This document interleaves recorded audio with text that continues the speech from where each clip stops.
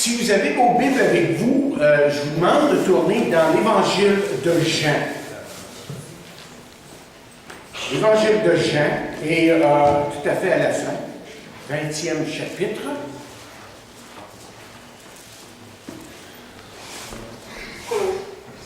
L'Évangile de Jean est le 20e chapitre, et là on s'en va au verset 24. Chapitre 20 de l'Évangile de Jean et le verset 24, qui dit ceci. Thomas, appelé Didyme, l'un des 12, n'était pas avec eux lorsque Jésus vint. Les autres disciples lui dirent donc, nous avons vu le Seigneur. Mais il leur dit, si je ne vois dans ses mains la marque des clous, et si je ne mets mon doigt dans la marque des clous, et si je ne mets ma main dans son côté, je ne croirai point. 8 jours après, les disciples de Jésus étaient de nouveau dans la maison, et Thomas se trouvait avec eux. Jésus vint, les portes étaient fermées, et se présentant au milieu d'eux, il dit, la paix soit avec vous. Puis il dit à Thomas, avance ton doigt et regarde mes mains. Avance aussi ta main et mets-la dans mon côté. Et ne sois pas incrédule, mais crois. Thomas lui dit, mon Seigneur et mon Dieu. Et Jésus dit, parce que tu m'as vu, tu as cru. Mais heureux ceux qui n'ont pas vu et qui ont cru. Demandons à Dieu de bénir sa parole ce matin. Notre Dieu, nous sommes devant toi encore une fois dans ta sainte présence, en train de chanter ces beaux cantiques, ces louanges. Et nous voulons justement, par ces belles paroles, t'offrir notre adoration et te donner tout ce qui te revient. Nous te remercions pour ton amour et qu'à travers la Pâque, à travers la résurrection que tu nous as aussi montré ta puissance et ta grâce. Et si nous venons, nous, ce matin, ici dans cette place, c'est parce que nous venons par grâce, non pas que nous méritons quoi que ce soit, mais nous venons à toi humblement et nous te demandons de continuer à travailler dans nos cœurs et que par ta parole ce matin, nous sachions reconnaître ta main puissante en nous, ta main pleine d'amour.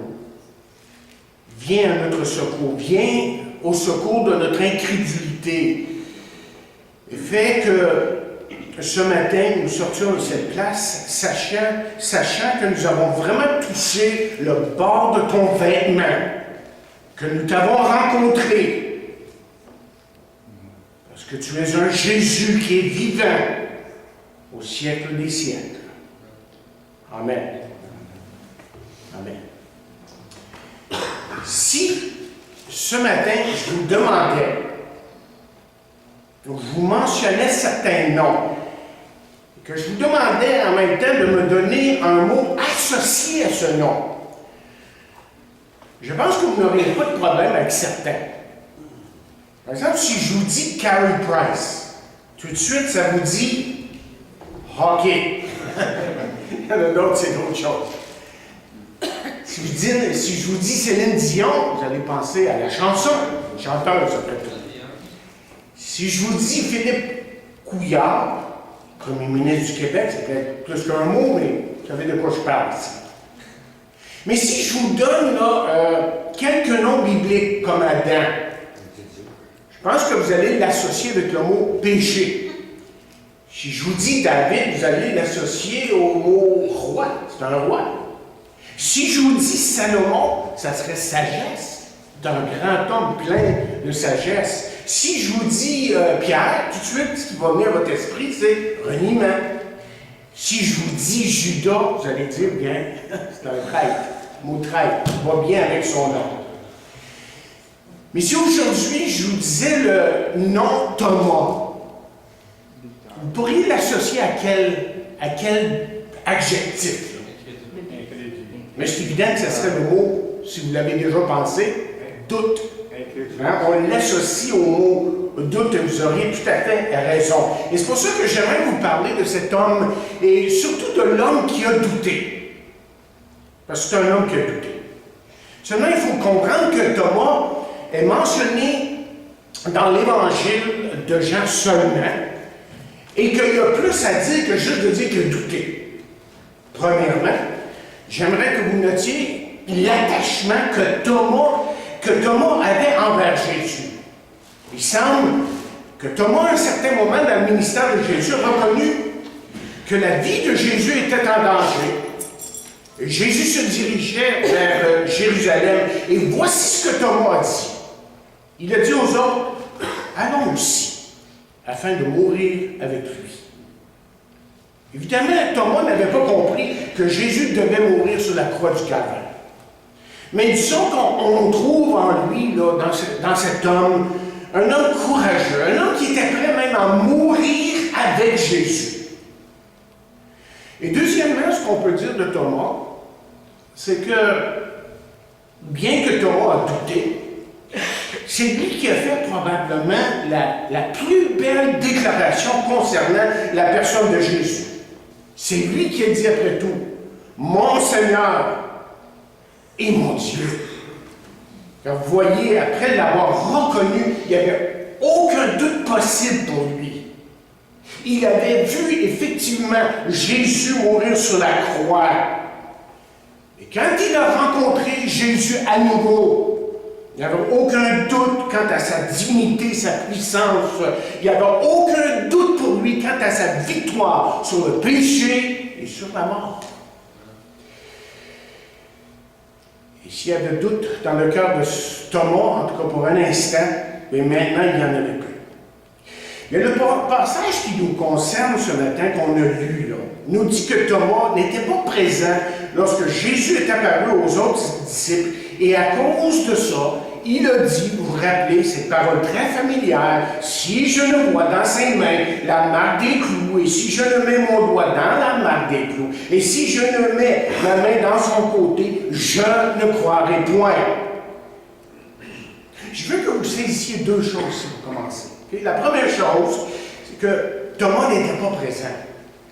Et je vous pose la question, pouvez-vous me dire où la présence de Jésus est la plus évidente, ou peut-être qu'on devrait ajouter, où la présence de Jésus devrait être la plus évidente.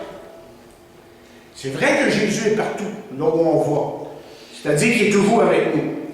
Mais c'est quand même parmi ses enfants que Jésus fait vraiment, mais vraiment connaître sa présence. Et en grande partie, l'édification que nous avons tous besoin se fait là où les frères et sœurs se rassemblent ensemble, c'est-à-dire dans une assemblée comme celle-ci. Et pensons par exemple aux études qui sont données par ceux qui ont évidemment reçu le don pour le faire, ou à la prédication de la parole de Dieu. Le point, c'est que quand on se sépare de l'Église locale et les autres croyants, on vient là à manquer quelque chose. Et je n'ai même pas encore parlé là, de la communion fraternelle et de la prière qui est si nécessaire parmi les enfants de Dieu. Mais ça, je vais en parler la semaine prochaine.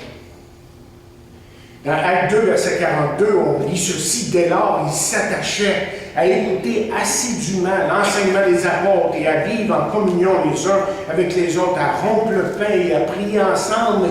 Et ce qui fait que ces hommes et ces femmes là, qui étaient là au début de l'Église étaient des hommes et des femmes remplis de l'Esprit et puissants d'œuvre, parce que Jésus agissait parmi eux. Revenons à notre récit. Okay? Revenons à notre récit, là, et bien que Thomas a douté ici, là, dans le récit qu'on a lu, je suis content que l'histoire ne finit pas avec son doute, qu'il y a beaucoup d'autres choses qui est dit et qu'on peut saisir, là, et essayer de comprendre quelque chose pour nous-mêmes, parce que l'exercice qu'on fait, si je peux dire ça ce matin, là, c'est pas juste d'entendre la parole de Dieu, de dire, bon, ben là, j'ai entendu un beau message de la résurrection, gloire à Dieu, je m'en vais à la maison, et je suis tout à fait heureux. C'est comment je peux l'appliquer dans ma vie. Hein? Comment est-ce que je peux l'appliquer? Comment est-ce que je peux vivre ce que j'ai vraiment entendu aujourd'hui? Donc, revenons à notre récit. Et qu'est-ce qu'on peut apprendre ici de Thomas? Bien, la première chose qu'on peut apprendre, c'est la première chose que j'aimerais que vous remarquiez, c'est que Jésus n'a pas blâmé Thomas pour ses doutes. Et je pense honnêtement que dans l'Église, souvent, là, qu'on gère mal ceux qui parfois expriment certains doutes sur certaines questions, certaines choses. On est prêt à penser que parce qu'ils ont des doutes et des questions, que peut-être qu'ils ne sont même pas sauvés, ils ne sont même pas croyants.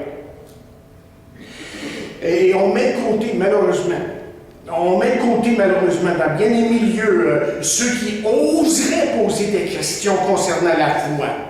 Mais ce qu'on découvre ici, c'est que Jésus, malgré les doutes de Thomas, ne l'a pas condamné. Jésus savait très bien, parce qu'il connaissait évidemment le cœur de Thomas, que Thomas avait à travailler ses doutes, et qu'il en viendrait à bout, et qu'il deviendrait justement un fervent guerrier pour l'évangile de Jésus-Christ, et qu'il donnerait sa vie même pour la cause de Jésus. Je me rappelle, il y a quelques années de ça, j'ai prêché dans une église à Montréal. En fait, c'était mon ancienne église. Pendant 4 ans, une grosse église à Montréal. J'ai été, comme j'ai déjà dit, pasteur de petite église, de grosse église. Et c'est pas parce qu'elle est petite que Dieu n'est pas là, c'est pas parce qu'elle est grosse que Dieu est plus là. Dieu est là où il y a des hommes et des femmes qui l'aiment et qui le cherchent de tout leur cœur. Mais j'étais dans cette église en visite, parce qu'ils me font venir de temps en temps, leur ancien pasteur, dans les années 80-82, où j'avais des cheveux, puis j'étais pas tout blanc, puis j'étais un petit peu moins. Ouais, un petit peu moins ce côté-là. Okay? Beaucoup de choses de moins. Okay. Et là, je me rends là, et justement, j'apporte un message sur le doute. Et après la réunion, plusieurs jeunes sont venus me voir, puis ils m'ont dit, mais tu veux dire qu'on a le droit d'avoir des doutes? Tu veux dire qu'on a le droit de se poser des questions? Savez-vous que lorsqu'on regarde Jésus de près, en tant qu'homme, que Jésus semble avoir eu des doutes à un moment donné. Je veux dire, on a juste à regarder la croix à un moment donné. Qu'est-ce qu'il a dit à un moment donné? Il a dit, mon Dieu, pourquoi m'as-tu abandonné? Évidemment, son désespoir était tellement grand à ce moment-là. Lui qui avait de toute éternité était avec Dieu, là, d'une communion si intime, si grande, si merveilleuse. Tout d'un coup, il est barré avec Dieu. Ça devait être quelque chose d'effrayant que d'être séparé de son Père pour un instant. Mes chers amis, la foi authentique commence parfois par des doutes. Et le doute, c'est tout simplement quelqu'un qui est honnête et qui dit, ben moi je ne comprends pas, mais je veux comprendre. Permettez-moi de le dire d'une autre façon. La foi n'est pas l'absence du doute, comme quelqu'un dit, mais la foi caractérise celui qui est en train de surmonter le doute. Et plus qu'une personne, peut-être que vous avez vécu ça, vous avez vécu quelque chose de tragique dans votre vie, d'extrêmement difficile. Et la question s'est posée peut-être à votre esprit, peut-être pas tout à fait dans ces paroles, là, où vous vous êtes dit, Seigneur, est-ce que tout ça c'est vrai? Est-ce possible que ce que je crois n'est que des mythes qui m'ont été transmis afin de m'aider à passer à travers les difficultés de la vie? Et parfois, on devrait avoir assez d'humilité, je pense, pour être comme cet homme qui est venu à Jésus un jour et qui a dit « Je crois, mais aide-moi car je manque de foi. » Mais deuxièmement, l'incident dans notre passage ici nous enseigne que certaines choses fondamentales et importantes dans la vie ne peuvent être prouvées. Et remarquez encore une fois ce que Jésus a dit au verset 29, si vous suivez le passage avec moi. Au verset 29, voici ce qu'il dit, « Parce que tu m'as vu, tu as cru. Heureux ceux qui n'ont pas vu et qui ont cru. » Et je me demande ici à qui Jésus s'adresse. À qui dit ça, là? À qui s'adresse-t-il? Il s'adresse à vous et moi. Amen. À vous et moi. Est-ce que ça devrait nous réconforter de savoir ça? Parce que, vous voyez, quelqu'un disait à ma femme cette semaine au travail, « Oui, mais on n'a pas été là, je ne l'ai pas vu. » Ça, c'est vrai.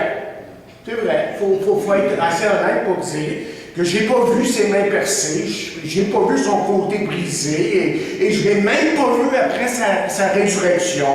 Mais Jésus dit justement que parce que nous n'avons pas vu, que nous sommes bénis. Vous allez voir pourquoi dans quelques instants. Comment parvient-on à vraiment trouver à une personne qu'on l'aime? Vous savez, vous voulez démontrer à quelqu'un que vous l'aimez. Bien, vous pouvez faire toutes sortes de choses. Vous pouvez lui dire, comme j'ai dit, faire toutes sortes de choses. Et le cynique, lui, là, celui qui est moqueur un petit peu dans son cœur, pourra toujours dire que vous le faites par intérêt personnel. Que vous voulez peut-être même la personne à qui vous démontrez de l'amour, que vous voulez peut-être même la contrôler, cette personne-là. Et non pas parce que, et c'est pas vraiment parce que vous l'aimez, là, et que vous voulez avoir un avantage quelconque. Vous voyez, si pour croire en Dieu, un individu exige une photo de lui, je pense qu'il va rester sur son appétit et probablement très déçu. Mais permettez-moi de vous dire ce qui arrive à une personne, justement, qui décide de vivre une vie purement rationnelle et intellectuelle. Ou, si vous voulez, d'une personne que je dirais qui s'efforce d'éviter toute notion du miraculeux à sa conception de voir les choses. On raconte que Thomas Jefferson a été reconnu à travers les années comme un des plus grands intellectuels dans notre monde. Ce que la plupart des gens ne savent pas, c'est que lui, lorsqu'il lisait la Bible, il rejetait toute notion miraculeuse. Et on nous dit que lorsqu'il lisait la Bible, que tous les passages où il était question de miracle ou de surnaturel, eh bien ça l'agaçait au plus haut point. Donc vous savez ce qu'il a fait? Il y avait les moyens, je pense, pour le faire.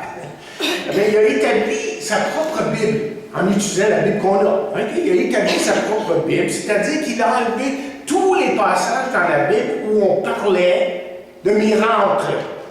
Ce qui veut dire que la conception de Jésus par le Saint-Esprit ne s'y trouvait pas. La guérison de la fille de Jairus, la marche de Jésus sur les eaux, et surtout, aucune mention de la résurrection. Et tout ce qu'on trouve dans sa Bible, que lui avait créé de lui-même, là, tout ce qu'on trouve dans sa Bible, ce sont les versets qui touchaient l'histoire et qui enseignaient, qui donnaient les enseignements moraux de Jésus. C'est tout.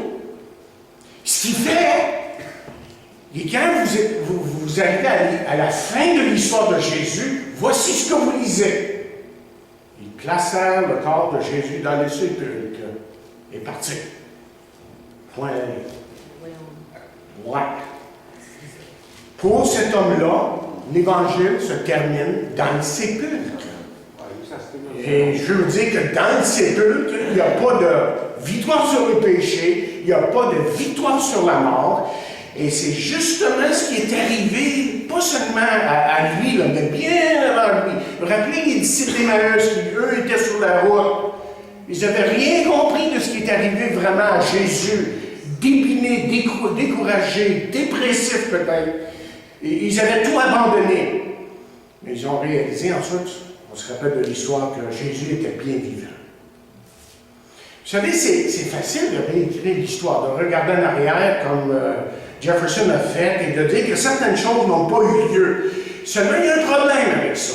Il va falloir qu'il nie certaines choses qui sont extrêmement évidentes. Quand vous voyez les disciples, et quand on parle des disciples, ici on ne parle pas juste des 12, là, mais à un certain moment, dans 1 Corinthiens, 15e chapitre, on parle de 500 personnes à la fois. Ont vu Jésus. Ils ont pu attester que Jésus était vraiment vivant, ressuscité. Ils n'ont pas tout halluciné en même temps, garanti. Ils ont été, autrement dit, des témoins oculaires. Ils l'ont vu. Ils l'ont vu. Ils ont pu attester. Oui, il est là. C'est comme ça qu'on atteste quelque chose. Et ce que Thomas Jefferson et d'autres font, c'est de dire foncièrement, c'est de conclure foncièrement que les disciples étaient des menteurs. Et que ces hommes ont continué à propager leurs mensonges pendant des siècles. Mais autre chose qu'il fait, là, il y a beaucoup de choses à dire, mais j'ai évité éviter d'aller dans d'autres choses parce qu'on ne sortirait pas d'ici avant minuit ce soir. C'est évident ici là, que lorsqu'on parle, qu'on enlève tout ce qui est miraculeux dans la Bible, et surtout lorsqu'on enlève toute la question de la résurrection de Jésus, que là, on enlève à la Bible, à la parole de Dieu, sa puissance. Et c'est pour ça que Paul dit ceci. Écoutez bien ce qu'il dit. Il dit, je n'ai point honte de l'Évangile. Et l'Évangile, c'est quoi? C'est la mort, la résurrection de Jésus. Écoutez-le. Il dit, je n'ai point honte de l'Évangile. C'est une puissance de Dieu pour le salut de quiconque croit, du juif premièrement, puis du grec. Mais ensuite, il va dire ailleurs que la prédication de la croix est une folie pour ceux qui périssent. Vous remarquez quand vous essayez de parler à quelqu'un de l'Évangile, moi, comment tu trouves ça? Hein? Pour eux, c'est une folie, ça n'a pas de sens. Mais pour nous qui croyons, il y a quelque chose qui s'est passé dans nos cœurs qui fait que, comme Paul ici dit, mais pour nous qui sommes sauvés, qui sommes enfants de Dieu, bien, ce message ou cette croix, c'est la puissance de Dieu, mais rien de moins. Et depuis 2000 ans et plus maintenant, l'Église a avancé non pas parce que Jésus est resté dans le tombeau, mais parce que Jésus est ressuscité. Il n'y a pas d'espoir, vous voyez, dans un sépulcre qui est noir et qui est fermé. Et si l'Église est encore vivante, c'est parce que son fondateur est vivant. C'est parce que son fondateur est encore tout-puissant et agissant dans le cœur de ceux qui viennent à lui. Écoutez, il est impossible que tout soit toujours logique et irrationnel. Et ça ne veut pas dire ce qu'il faut exclure la science ou la raison. Au contraire. Au contraire, la foi chrétienne, en fin de compte, se veut très logique. Et c'est pour ça que des hommes comme C.S. Lewis, Chesterton, je ne me rappelle plus de son premier nom, et Lee Strobel l'ont appris à leur dépens. C'était des athées, mais ils ont dit, OK, je vais faire des recherches et je vais voir si vraiment l'Évangile est vrai. Ce qui est arrivé, c'est qu'ils se sont convertis. C'était des intellectuels, des érudits, des gens qui étudiaient continuellement. Puis là, m'a prouvé que c'est faux tout ça. Le contraire est arrivé. Francis Schaeffer, que j'aime beaucoup, qui est décédé, qui est avec le Seigneur, a écrit plusieurs bons livres, mais il a écrit dans son livre « Comment devons-nous vivre ?» Et là, dans ce livre-là, il nous montre qu'à travers les siècles, que les plus grandes inventions ont été faites par des chrétiens. Parce que quand il regarde la nature, il dit « Wow! Il faut que je découvre qu'est-ce qui est derrière ça. C'est tellement merveilleux! » Là, ils ont fait des recherches, puis ils ont fait de grandes découvertes en cours de route. Écoutez, ce que j'essaie de dire, tant bien que mal, là, c'est qu'on ne peut pas toujours trouver, et c'est pour ça que dans la parole de Dieu, que dans la Bible, il y a toujours une place pour la foi. Si quelqu'un pouvait prouver la résurrection scientifiquement, alors vous n'auriez pas besoin de foi. Un jour, Jésus a raconté une histoire pour nous montrer que même si nous avions tous les faits, tous les données, supposons, qu'on pouvait tout expliquer là, logiquement, que certains ne croiraient pas davantage. Hein? Vous vous rappelez cette histoire? C'est l'histoire d'un homme dans le séjour des morts et d'un homme au ciel, c'est-à-dire Abraham. Et là, il y a eu une conversation. Et l'homme riche aurait voulu retourner sur la terre seulement pour quelques instants. Pourquoi? Pour avertir sa parenté des conditions horribles de la perdition éternelle, afin que ceux-ci l'évitent, justement. Et il ne voulait pas qu'ils subissent le même sort, parce qu'il savait, pour lui-même, par expérience personnelle, que le séjour des morts, c'était quelque chose de terrible, et qu'il souffrait terriblement. Et voici ce qu'Abraham a dit. Il dit, s'ils n'écoutent pas Moïse et les prophètes, ça c'était leur Bible dans le temple, ils ne se laisseront pas persuader quand même quelqu'un des morts ressusciterait. Chers amis, quand Jésus était sur cette terre, Jésus a fait des miracles par-dessus miracles. Et même Jean nous dit, si on écrirait tout ce qu'il a fait, on n'aurait plus On a un papier pour écrire. Non, c'est pas ça qu'il a dit, mais chose semblable à ça. Hein? On ne finirait pas. Il a tellement fait de bien, il a tellement dit de grandes choses, il a tellement fait de merveilleuses choses que s'il fallait tout dire, et donc, ça nous montre simplement qu'il en a fait amplement pour qu'ils croient, puis ils ont pas cœur. OK, il y a une troisième leçon qu'il faut apprendre ici de la vie de Tom. OK? C'est qu'il faut aller au-delà du doute et marcher par la foi. Il n'y a rien de mal que d'avoir des doutes à certains moments, mais il est aussi normal, écoutez bien ce que je veux vous dire, il est aussi normal de marcher par la foi, c'est-à-dire d'en arriver là. Et tout doucement, vous remarquez les paroles de Jésus dans notre texte. Là. Jésus encourage Thomas et lui dit, « Sois pas incrédule, mais crois. Sois pas incrédule, mais crois. » John Wesley était un grand homme de Dieu. Vous avez sûrement déjà entendu parler de lui. Et l'Angleterre, littéralement, est revenue à Dieu dans les années 1700, autour de là, 17, 18. L'Angleterre est littéralement revenue à Dieu à cause de cet homme. Et pourtant, on nous dit que John Wesley était un homme qui avait souvent des doutes et des incertitudes. Alors, il est allé voir un ami un jour, dénommé Pierre Bourg. Il lui raconta les combats qu'il vivait dans son cœur, dans ses pensées. Et son ami lui dit quelque chose qui n'avait, semble-t-il, aucun sens. Ça n'a aucun sens ce qu'il disait. Il lui dit, écoute, prêche la parole jusqu'à temps que tu la reçois, et quand tu l'auras, tu prêcheras la foi. Voilà. OK? Je pense que vous avez saisi. Autrement dit, va au-delà du doute et tu verras que la foi remplira ton cœur. Vous savez, la Bible, le mot foi est souvent utilisé dans la Bible. Hein? Et le mot foi peut vouloir dire au moins deux choses. Foi peut être nos croyances, on parle de notre foi. Et le mot foi peut parler aussi de notre confiance, simplement en Christ. Et dans Romains 10, verset 17, je pense qu'on rejoint les deux sortes de foi. Là. Et il dit, là, la foi vient de ce qu'on entend vient de la parole de Christ. Et juste pour montrer comment ça marche, la parole des fois. Là. Ça me rappelle de l'histoire, je pense que c'est dans le temps de George Whitefield qui s'est arrivé ça. George Whitefield, il vivait à la même époque que John Wesley, mais lui, il était en Amérique. John Wesley était en Europe. Okay?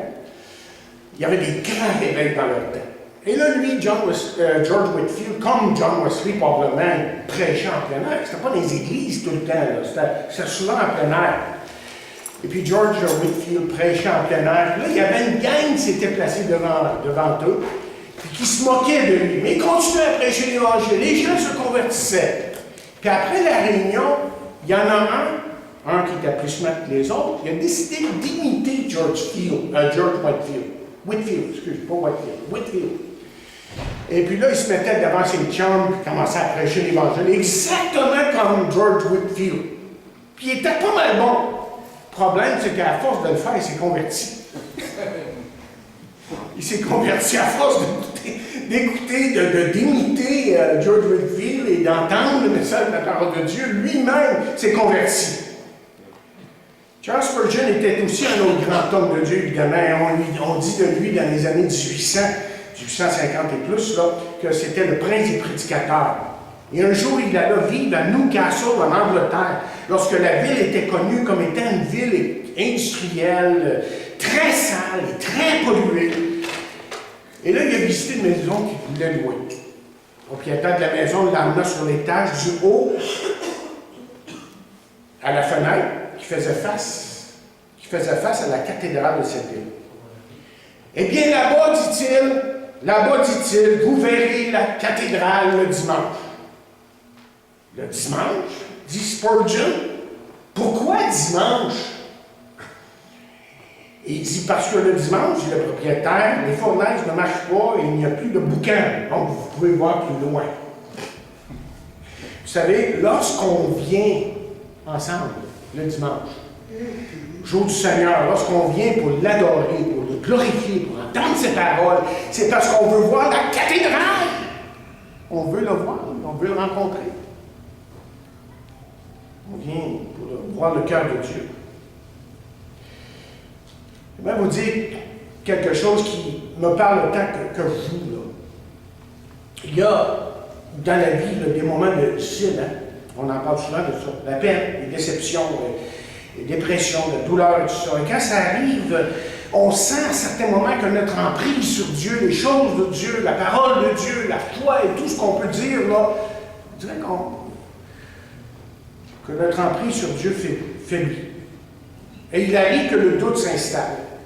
Et c'est là, c'est le temps de voir la cathédrale, de vraiment rencontrer Dieu face à face et de lui le laisser vraiment agir dans nos vies. Si vous oubliez tout ce que j'ai dit jusqu'ici, rappelez-vous de ceci. Ne doutez jamais ce que Dieu vous a dit dans la lumière. Surtout, ne doutez jamais dans les ténèbres ce que Dieu vous a dit dans la lumière. C'est-à-dire que lorsque Dieu vous parle à votre cœur, que la parole de Dieu a parlé à votre cœur, laissez cette parole-là vous changer, vous transformer. Les doutes viennent lorsqu'on met en oubli les faits, les données. Il y en a tellement dans la parole de Dieu. C'est pour ça ici qu'on étudie la Bible. Dans des études, parce qu'on veut comprendre la parole de Dieu. Et lorsqu'on met en oubli ces choses-là, bien, notre foi diminue, évidemment. Mais le doute vient aussi lorsque nous oublions ce que Dieu a promis dans sa parole. Et il y a beaucoup de promesses dans sa parole. Beaucoup. Chers amis, si dans la lumière, Dieu vous a dit, par exemple, laissez-moi vous donner un exemple, quelques exemples. Si Dieu vous a dit dans la lumière, parce que vous l'avez lu un jour, et c'est devenu réel dans votre cœur, ça vous a frappé, et que Dieu vous a dit, je ne vous laisserai pas. Mais ne doutez pas de Dieu, de sa parole. Et si dans la lumière, Dieu vous a exprimé son amour inconditionnel, sachez que même dans votre faiblesse, que Dieu continue à vous aimer, qu'il sera fidèle, ne doutez jamais. Si dans la lumière, Dieu vous a dit que vous êtes plus précieux à ses yeux que la pierre la plus précieuse, alors ne le doutez pas. Et si dans la lumière, il vous a montré que la résurrection est une réalité parce que vous l'avez expérimentée dans votre vie, alors il ne faut jamais en douter. Je veux, en terminant, que Céline nous lise un passage dans la Bible et je veux que... Ensuite, je vais vous raconter une histoire. Et je veux que vous laissiez la parole de Dieu parler pour elle-même. Parce que ces versets qu'elle va mettre sur l'écran ici, pour moi, là, et on va étudier cette Bible, sont tellement puissants que si vous laissez juste la parole de Dieu vous parler, vous serez transformés. Éphésiens 1, 15 à 21. C'est pourquoi, moi aussi, ayant entendu parler de votre foi au Seigneur Jésus et de votre charité pour tous les saints, je ne cesse de rendre grâce pour vous, faisant mention de vous dans mes prières, afin que le Dieu de notre Seigneur Jésus-Christ, le Père de gloire, vous donne un esprit de sagesse et de révélation dans sa connaissance, et qu'il illumine les yeux de votre cœur, pour que vous sachiez quelle est l'espérance qui s'attache à son appel. Bon, entendu, excusez. Désolé, j'y reviens, là, je suis rendu à 8. On recommence. 1. Je suis rendu dans les 15. Excusez-la. OK. Jusque-là. Qu'il illumine les yeux de votre cœur pour que vous sachiez quelle est l'espérance qui s'attache à son appel, quelle est la richesse de la gloire de son héritage qu'il réserve aux saints, et quelle est envers nous qui croyons l'infinie grandeur de sa puissance, se manifestant avec efficacité par la vertu de sa force. Il l'a déployé en Christ en le ressuscitant des morts et en le faisant asseoir à sa droite dans les lieux célestes, au-dessus de toute domination, de toute autorité, de toute puissance, de toute dignité et de tout nom qui se peut nommer. Non seulement dans le siècle présent, mais encore dans le siècle à venir. Belle parole. Prenez le temps de lire ça pour vous-même. Là, je vais vous raconter une histoire. C'était quelqu'un que vous n'avez jamais entendu parler. Moi, je n'ai pas entendu parler jusqu'à temps que je lise l'histoire, donc probablement vous ne l'avez pas entendu non plus. Et c'est à propos d'un dénommé Nikolai Ivanovitch Bukharin. C'est vrai que le nom ne vous dit absolument rien. On nous raconte qu'il était un homme très puissant dans le régime communiste en Russie dans les années 1915 à 20. Et entre autres, il était éditeur du journal La Pravda, mot qui veut dire vérité, et membre du Politburo. Là, c'est en Russie. C'est un homme qui avait écrit plusieurs livres sur l'économie, la science politique, livres qu'on nous dit qui sont encore lus aujourd'hui. Il paraît qu'un jour, on lui a demandé de s'adresser à une foule à Kiev. Kiev, c'est une grande ville en Russie. Sur l'athéisme. En parlant de la foule, il a surtout, parce que c'est un athée, surtout dénigré le christianisme en insultant et en ridiculisant les croyances de la foi chrétienne. Et après avoir parlé pendant 1 heure de temps, et étant très satisfait de lui-même, parce qu'il semblait avoir fait une bonne job, expliquer les choses, à dénigrer le christianisme, il finit son discours, on a dit, en demandant s'il y avait des questions. C'était le silence total. Mais le silence total. Personne a osé de poser de questions. Puis, il y a un vieil homme qui s'est levé. Puis lui, il est venu à côté de Bukharin, en avant, devant les gens. Là, il a regardé tout le monde qui était là. Gauche, à droite. Gauche, à droite. Puis tout d'un coup, il lance un cri. Christ est ressuscité! Et tout d'un coup, tout le monde se lève. Christ est ressuscité! C'est ça qui est arrivé. Et malgré tout ce qu'il pouvait dire, cet homme-là, Christ est ressuscité. Amen.